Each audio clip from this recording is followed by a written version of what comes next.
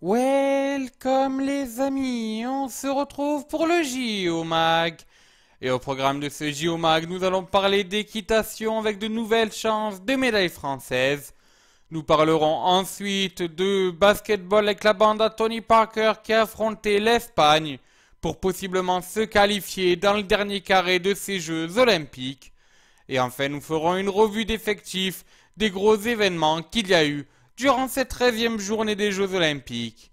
Allez, commençons donc directement en équitation avec un quatuor français, celui composé de Pénélope Prévost, Philippe Rosier, Roger-Yves Bost et Kevin So, qui donc avaient comme objectif d'aller décrocher, d'aller ramener surtout une nouvelle médaille pour la France en équitation.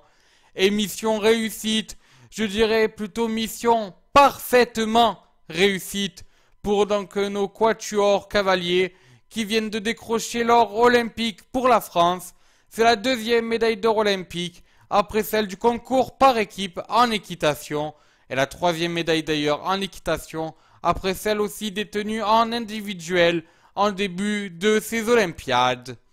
Parlons donc maintenant de mauvaises nouvelles, c'est donc celle de la défaite des Français face à l'Espagne, sèche défaite 92-67 pour la bande à Tony Parker.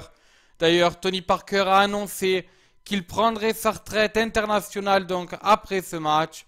C'est vraiment donc dommage et malheureusement on ne verra pas cette bande d'amis, cette bande à Tony Parker aller plus loin dans ces Jeux Olympiques.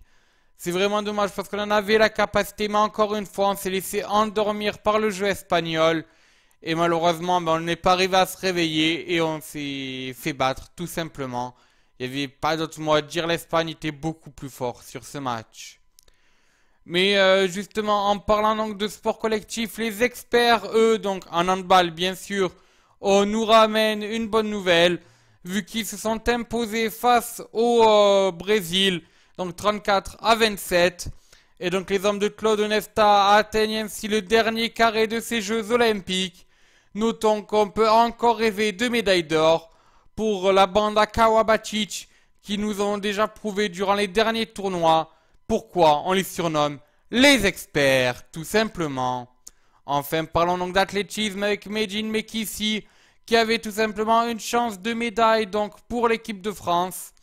Mais malheureusement donc il n'a pas pu, il a dû se contenter que de la 4e place sur le 3000 mètres steeple avant que donc ce dernier soit déclassé et ainsi qu'une médaille d'argent lui revienne.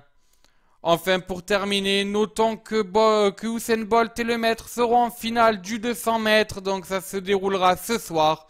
Donc voilà, nous suivrons la performance donc de ces deux hommes.